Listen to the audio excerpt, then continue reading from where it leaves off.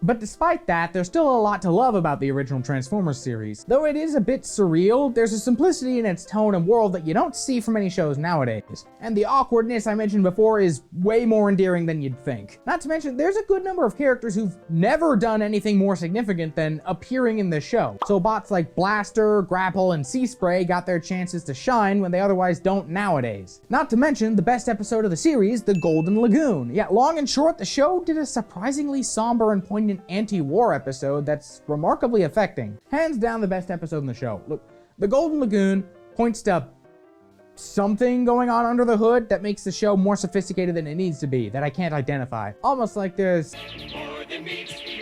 but 3 seasons, a crossover with G.I. Joe that no one talks about, and a movie later, the series ended on a pretty neat note. It wasn't until the 90s that Hasbro tried to bring the show back. Don't bother watching the Generation 2 cartoon. It's literally just some G1 episodes with new scene transitions, and it's not even all G1 episodes. The best thing about Generation 2 is that it's where we got the name Generation 1. With interest in the franchise dwindling, there was only one thing to do. Something drastic.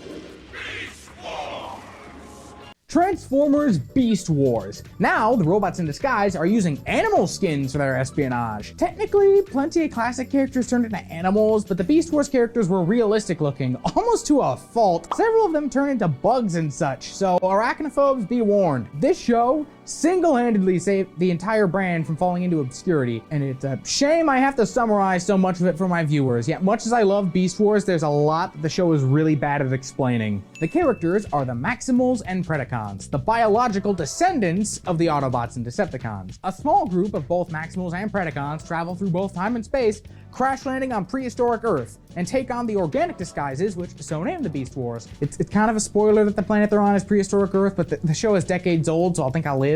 To reiterate, these are not the same characters as the Autobots and Decepticons, even though there is an Optimus and Megatron in the show. These aren't the original guys, they're just named after the originals. Something you'll notice is that Hasbro has a habit of reusing certain character names, not for new versions of old characters, but for completely new characters. It's their way of maintaining trademarks, because they lost several after the original series, including Bumblebee. Have a Scorpion-themed bad guy? New Scorponok. Is your character related to fire? Inferno. Can a dude fly? Silverbolt, etc. Most confusing was a character named Dinobot, like the group. They named a dude after a team. That'd be like if I named my first child Antifa. Beast Wars would go on to do things quite differently from G1. Out with 2D animation, in with early CG. Looks odd, but you get used to it. Hoping to see every character from the toy line on TV? How are you gonna do that? Having every character in the show would be impossibly expensive with CG, so just have small teams of Maximals and Predacons, but to compensate, make them well-written multi-dimensional characters as opposed to one-note goofs. Want an action comedy? Well, yeah, but more action than comedy that organically develops from Rhinox getting a deadly case of hiccups into a conspiracy in which new Megatron tries to murder the original Optimus in his sleep.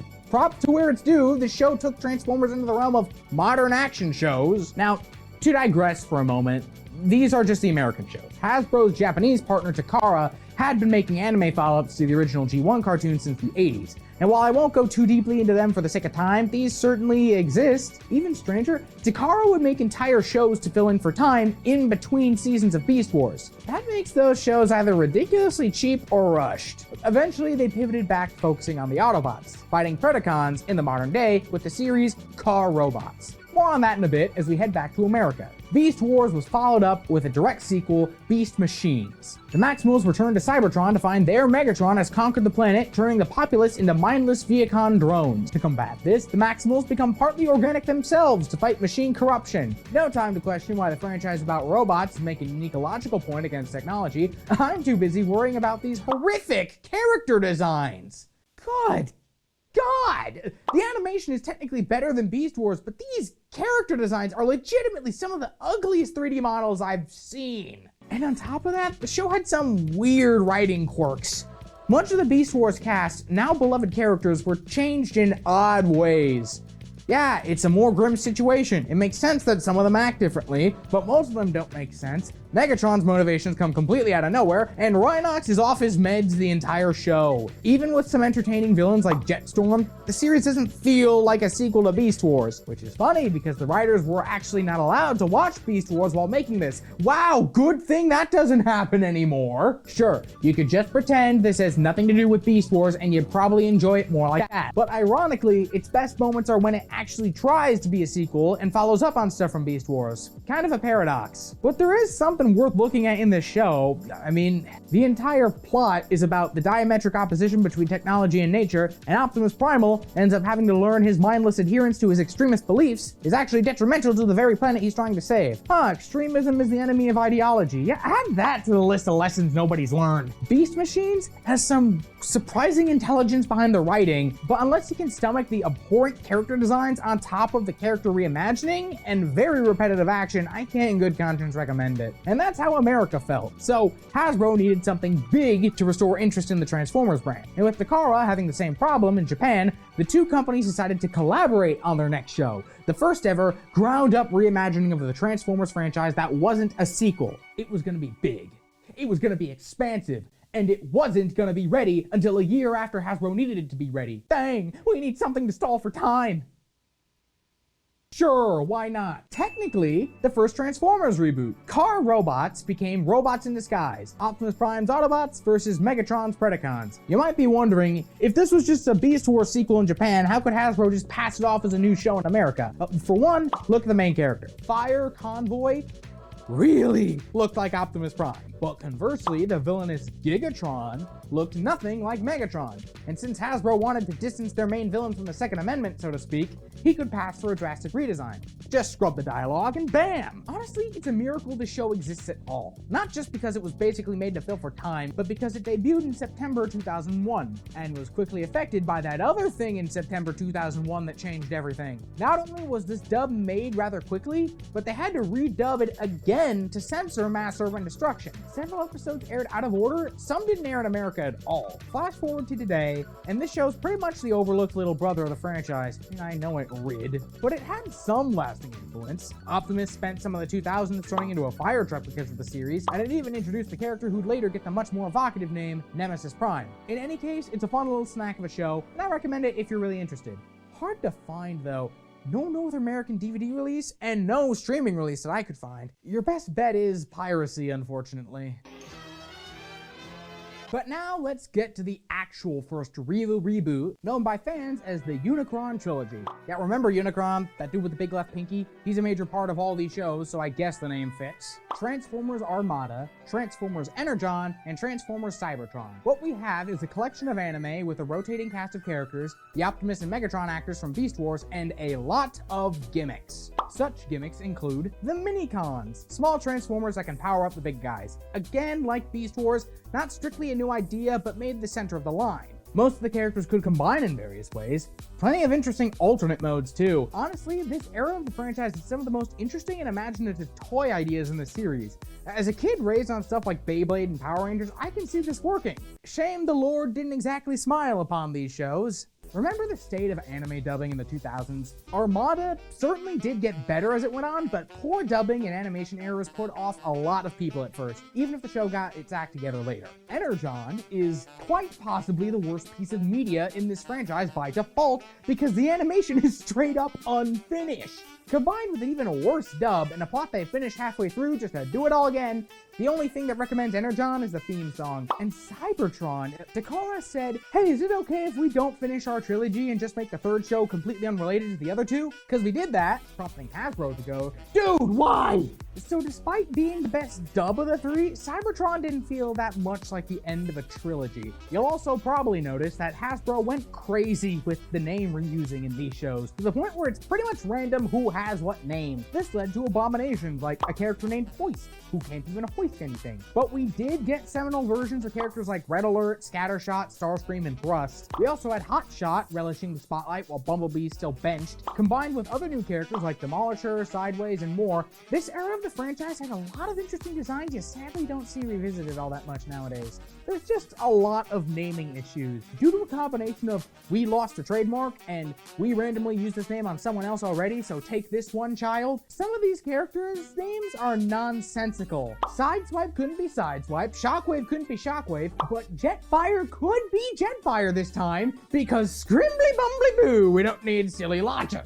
While this trilogy was imaginative and a great seller, Hasbro didn't seem too eager to collaborate again. The next reboot was going to debut in 2007, and was quickly affected by the other thing in 2007 that changed everything. What up,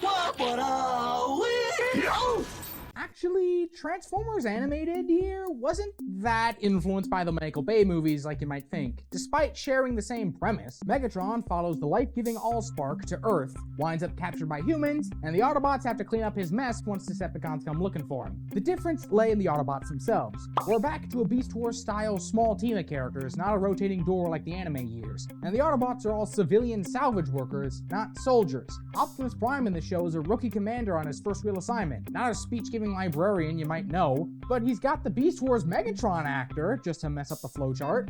The character designs were made with stylization in mind, not necessarily loyalty to previous material. That's how we got Highway Patrol Ninja Prowl and German-y Faces Blitzwing over here, and the series was full of original characters like Bulkhead, Lugnut, Slipstream, and Lockdown, some of which went on to much greater heights. The series treated various Decepticons like individual supervillains more than a faction of soldiers, and it does wonders for making each individual con memorable. This really was the Beast Wars of its era. Even had Beast Wars characters. But Hasbro's plans to make their own TV network, among other things, meant Animated here got canceled 3 seasons in, with plans for a 4th season going unfulfilled. A shame, since several plot points and mysteries were left unresolved by the end of season 3. Animated was the only Transformers show to get canceled before it could finish all of its plans. And if I could deviate from the prompter here for a second, the time to do a 4th season would have been when Derek J. Wyatt was still with us. And that time is past, unfortunately, so we're probably not seeing this one again. A short-lived but much-loved show. Can't recommend this one enough. But Hasbro had something big in mind. Something called the aligned continuity. So, okay, I'm trying to think of the best way to explain this. You know how Warner Brothers is planning on having all of their DC Comics stuff outside of the comics happen in one universe? The aligned continuity was basically that, but 10 years earlier, not including movies, and on a much smaller scale. And to that end, we got Transformers Prime. The name's not just a clever reference, because it's a central pillar of the definitive, or Prime universe, ha ha ha. The character designs in this show take heavy inspiration from the Bay movies, but they look cohesive and identifiable, thus they're generally better. The writing, again, does the Beast Wars thing. Small cast of deep characters. We have good-looking animation, endearing characters, phenomenal voice talent, including the original voices of Optimus and Megatron returning to TV screens. Plus, the first time RC's been a main cast member since the 80s. Like, good for her. Also a miracle series here, since the show was rushed into production, and they basically ran out of series Bible by the end of season 2, and did their best to comply with Hasbro's demands for the final season. It absolutely blows my mind that the staff of this show did 2 years worth of work in 10 months, got the show to air, proceeded to wing it for the last season, while dealing with constant budget issues, and also wound up making one of the best shows in this franchise while doing it. I consider this the best Transformers show, end of story. But let's go over to the other age bracket, Transformers Rescue Bots. Easy premise. A group of non-combatant emergency worker Autobots land on Earth, and how does it go? Oh yeah, Optimus Prime gave them this mission. I don't know if we can play it, but this theme song is better than it has any right to be. Working with a family of first responders, they save lives on the island of Griffin Rock. That's not important, but here's what is important. This show takes place in the same universe as Prime, part of the whole aligned continuity. Rescue Bots wasn't supposed to be part of that, but people behind the scenes argued that the shows share a franchise, and voice actors, and writers, and composers, and networks, and characters, so might as well. It's just surreal that the universe with a giant baby is the same one with breakdown body horror. In any case, Rescue Bots is again way better than it has any right to be. Serialized plotting, genuine wit, and possibly the best human characters in this franchise. Nice to see since humans are so often afterthoughts. Yeah, tangent. I feel like this show was at one point supposed to be about the Protectobots. Come on, get the Protectobots, remove the redundant ones, give Hotspot and Streetwise trademark-friendly names, and just add Boulder. Bam, Rescue Bots. But Prime ended with a TV movie, and with Hasbro's own network going under, that gave us a sequel to Prime, Robots in Disguise.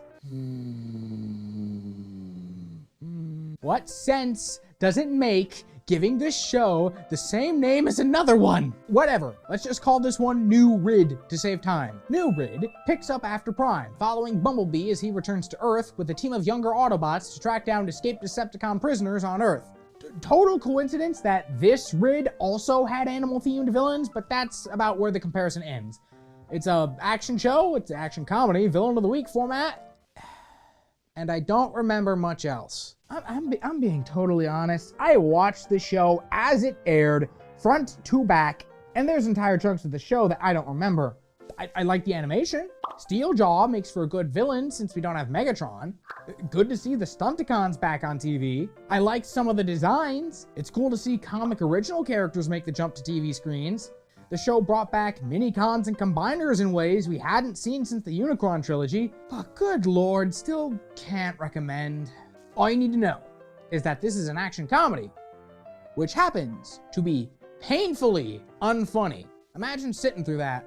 Congratulations, you've experienced a New Rid. It's got the Beast Machines problem again. Best experienced ignoring the fact that it's a sequel to something electrifying, but its best moments are when it's actually acting like a sequel. So, in 2018, Hasbro decided to ditch the aligned continuity and go on a back-to-basics approach for the next cartoon, unconnected to everything that came before. Not aligned continuity, this is Transformers Cyberverse. This show follows a very genericized version of the Transformers origin story. The war happened on Cybertron.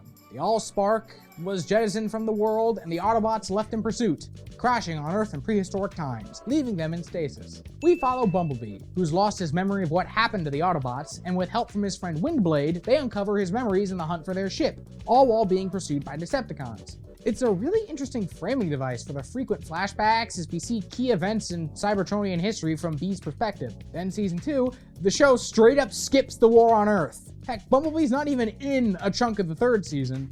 It feels like the writers just said, you know how this goes by now, so let's just skip it and do the interesting stuff we want to do. Granted, it tends to rely a lot on assumed knowledge, but I have that knowledge, so I'm legally not allowed to complain. This series also saw the beginning of a practice still going on today, frequent gender bending of established characters. The ratio of girls to dudes has always been weird, so I don't mind this. This show in general has taken some real risks in retrospect. Some character depictions were pretty different. A lot of the show was post-war. A ton of prominent deaths. They even kind of acknowledged the fact that the Decepticon uprising was a class war, something that had been established in Prime but really wasn't reflected in that show. Though it's around this time we started seeing a kind of deference to G1 with characters, in both designs and personality.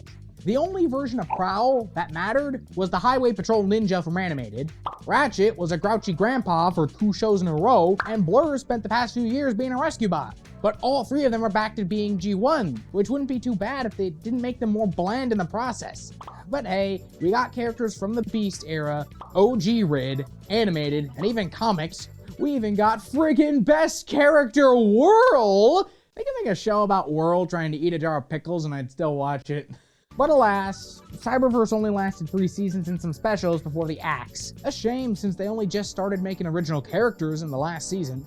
But to digress for a bit, while all Transformers cartoons have been American and Japanese, there was going to be some kind of Chinese spin-off of Transformers Cyberverse. Transformers Neja, the first non-American or Japanese Transformers cartoon. But this Chinese thing set to release in 2020 was quickly affected by that other Chinese thing released in 2020 that changed everything. So this series became lost media. Until a few months ago, while I was making the script, a trailer for this show was released. So apparently it's still going to be a thing. Good for it. Hope it pans out well. But most confusingly of all, while Cyberverse was busy, the aligned continuity wasn't dead. Because Rescue Bots got a sequel, Rescue Bots Academy. Yeah, don't be fooled by the art style. This ain't connected to Cyberverse. It's still aligned, still Prime. We got a class of younger Rescue Bots, including a new version of Hotshot, learning from the best to be the best rescue workers they can be. They also technically got Whirl on TV before Cyberverse, but unless this girl comes into school with an eye patch, not my Whirl. Remember what I said about Beast Machines and New Rid? Yes, I can see some of you are ahead of me on this. All you need to know.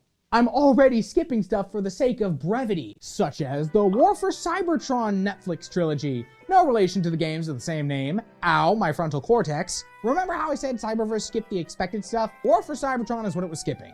G1 was very goofy, simple, and not bland. This is the diametric opposite. Serious, complicated, and very bland. This show feels like what happens when you constantly tell writers, leave things open for next season, while not actually telling them what's supposed to be happening next season. This is the most basic version of the modern G1 story. Even returning Beast Wars characters can't make this worth a watch.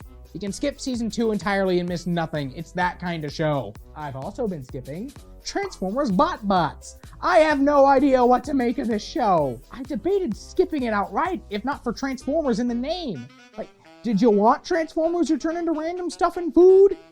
Did you want a Transformers comedy with no recognizable Transformers? Did you want a Hamilton reference in your Transformers? It's Teen Titans Go, but it's not Dancing on a Beloved Grave. I don't know what to tell you aside from BotBots exists. That brings us to the most recent Transformers cartoon, Transformers Earthspark, a show that is so post-war that Megatron has switched sides and become an Autobot. Space Lenin's redemption, woohoo! The show follows the Malto family when they discover a group of newborn Transformers made on Earth, and raise them to be both family and a next generation of Autobots. This is more Generation 2 than Generation 2. The Malto family and the Terrans navigate learning to transform, fighting the villainous Mandroid, and dealing with the general anti-Transformer hatred of post-war Earth. Yeah, that last point is basically what the Bay movies were doing, but at least here the politics make sense. I appreciate the return of professional voice talent to this franchise, including Keith David as Grimlock, Alan Tudyk as Optimus, and more. I like that Alita 1 has a semi-regular role in the show. She's been here since the 80s and deserves to be way more prominent than she is. The animation is great. Mandroid is the best human villain in this franchise until Marvel gives us back Circuit Breaker, and it finally makes sense that these robots act like children, because they are. Yeah, boy. Unfortunately, it's really hard to talk about this show without addressing how the public received Nightshade. The series introduced a non-binary character and instantly became a victim of the culture wars. Even though they're robots, so certainly they'd all be genderless, but I digress. I don't buy the whole they're corrupting the children argument when the show is on a streaming service where Hasbro's basically hiding it. Look, if you really don't want your kids exposed to that kind of thing, just don't let them watch the show. Shouldn't be hard. It's the one Transformer show on Paramount Plus. Nightshade doesn't even show up until a ways into the first season, and even then, they're the least prominent of the Terrans by far. If your kid still sees Nightshade when they shouldn't after going past all that, you're kind of telling on yourself there. I feel like the people who complained about this don't understand how easy it is to not watch a show. Look at me, I'm not watching Avatar: The Last Airbender right now, see? Look, back to the stuff that matters. This show is really good at balancing themes and occasionally dark storytelling, while also being the most wholesome Transformers show since Rescue Bots. I love that they're willing to take more risks with characters, in that they made more original characters, and that they occasionally use non-G1 source material, and that they're still not afraid to alter existing characters. A shame that the show is basically shackled to a streaming service that's currently, what, the 4th best option for families? It recently made the jump to Netflix in the US with about 0 fanfare, which doesn't bode well for the show's future prospects, but at least more people can find it if they want to watch it. With Earthspark still going and likely concluding within the next year or so, we've now covered every Transformers cartoon and seen how a franchise that's lasted for 40 years has evolved. Let's look at those harsh lessons that the series has learned. See if there's anything we can glean from this exercise in me talking too much. First off, it seems like experimentation is where Transformers excels. Throwing aside the sensibilities of G1 and going for more character-driven stuff like in Beast Wars, Prime, and Animated, that kind of thing. Experimenting is good. How else do we learn stuff? And when they're not shaking things up with narratives, the visual shakeups of both Robots in Disguises and the Unicron trilogy has given us some of the most unique designs that we really don't see anymore. These shows can be weird, sweet, intelligent, and everything in between. Like, most of these shows were even post-war, so it's not even about that. But I feel like the lesson Hasbro's gonna take away from Earthspark supposedly underperforming, we don't have the numbers yet, who's to say, is we shouldn't take risks. And not the much more obvious lesson, don't hide your show on a platform where no one would think to find it. The Align's continuity technically works, but made Hasbroverse to sequel series and long-term storytelling, while the Unicron trilogy taught them to avoid collaborations with Takara. Between a growing aversion to risks and the increasing nostalgic deference to G1, which we already got, it was called G1, prospects for new shows don't look optimistic without a serious game changer. Doesn't mean we can't speculate on the kind of things we'll get in these future shows. I'd love to see an adaptation of IDW Publishing's More Than Meets the Eye or Lost Light comics. I've yet to find someone who dislikes those comics. Maybe capitalize on that?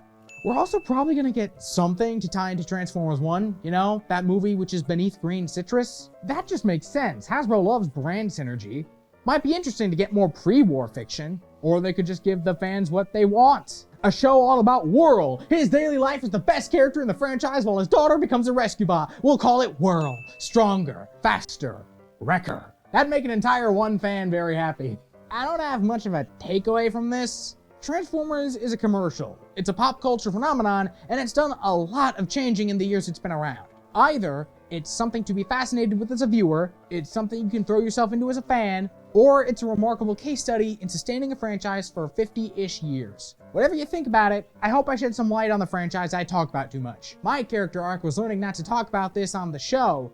I'm a more complete person now. Tune in to other episodes of Cartoon Gateway for more cartoon discussion. Or maybe more little-known facts about me, such as, I once ran a small business for trained professionals to share ideas and such, called Experts Exchange. Still wasn't allowed to make a website.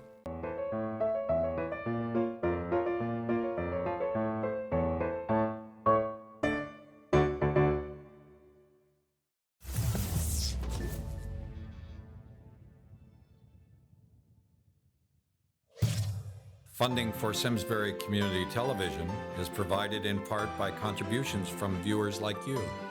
Thank you.